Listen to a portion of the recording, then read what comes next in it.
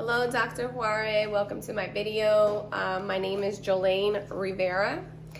This is for SPHS 502 final project, week 8. And the topic that I chose for this week's project for the final paper and the video would be topic 2, freezing the degrees of freedom. We teach a novice or a beginner in the cognitive stage for this video, which would be Raphael, my husband, of 40 years old. Using a degree of freedom's approach, we try to freeze the number of possibilities of movement. So in essence, the fewer the number of joints involved in a motor skill, the easier it will be to perform the movement correctly as a beginner. The concept means that fewer sets of rules to integrate at one movement schema. And by mastering the motions of the key or primary joints and then release the second set of joints has been tested to improve the motor learning.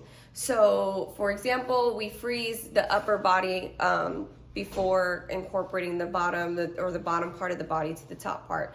We freeze one part of the joints or body parts to then incorporate them all together after the learner has learned the first movements.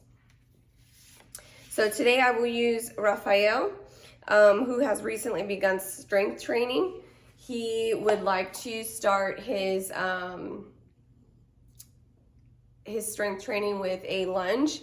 After he completes a successful lunge, his main goal would be to complete a walking lunge and then also adding weights to the walking lunge when he's finished with completing the walking lunge and a suitcase style.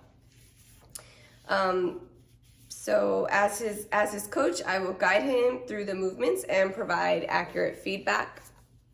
So the steps, I'll go through the steps with him on the camera. So what I'll have him do first is 10 repetitions of a stationary forward lunge. So here, I'll have him. So, okay, yeah, that's good. If you want to come up just a little bit more.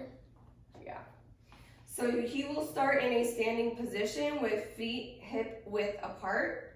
The upper body is going to stay frozen. Step forward with your right leg. Make sure that right foot stays flat, the heel on the bottom foot.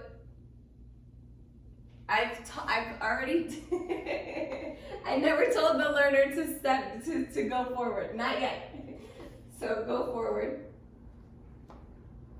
Heel stays on the, still, the heel is gonna remain up, foot flat. So now that he's in this position, he can go forward down with a 90-degree angle. Come back, feet back together. So this is an example of a stationary lunge. So now that he has completed that lunge, now we will move forward so that he can walk forward with the lunge. So you'll do everything that you just did. When you come back up, you will hinge forward.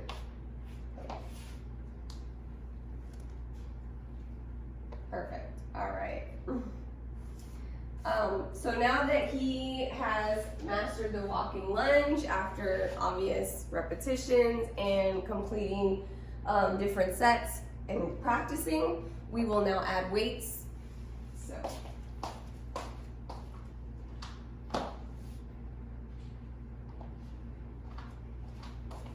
you can come back to the ready line. To the ready line. So again, your feet are a little bit spread apart. Put your feet forward, facing forward, not at an angle. Okay. So again, you'll just put your foot forward, flat. The other foot has the heel, so you're working through this leg. This leg is simply just balancing you and keeping you straight. And maintaining your balance. But this is where the force and this is where he's actually working out. So you'll move forward. And then you'll start with this foot here. Do the same thing, yes. So what he is targeting, the muscles he's targeting here is quads, hamstrings, his, also his calves. So if you want to step all the way back, I'd like for you to do at least a walking lunge all the way up to here.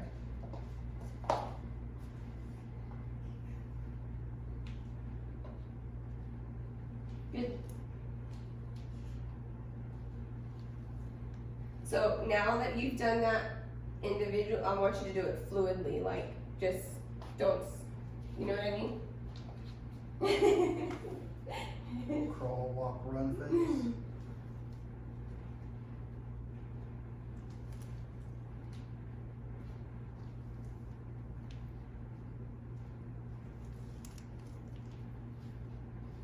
Now you see that he's been able to start off in a stationary lunge, a walking lunge. He's added weights. Now what I would like for him to do is to do the walking lunge without, when you come back up to finish, instead of going back to the starting position, just keep going, yeah. Perfect. Good job. Want to make sure that he keeps that leg at a 90-degree angle, and I mean, the goal is to keep the knee not going over the toes. It happens, that's okay, especially in taller people. But yeah, you want to make sure that the knee doesn't go over the toes, and just correcting giving that feedback, positive, and of course, correcting feedback is always positive, is a good thing as a coach to do. So yeah, that is my video. Thank you so much. It's been a pleasure taking your course. Thank you. That's it.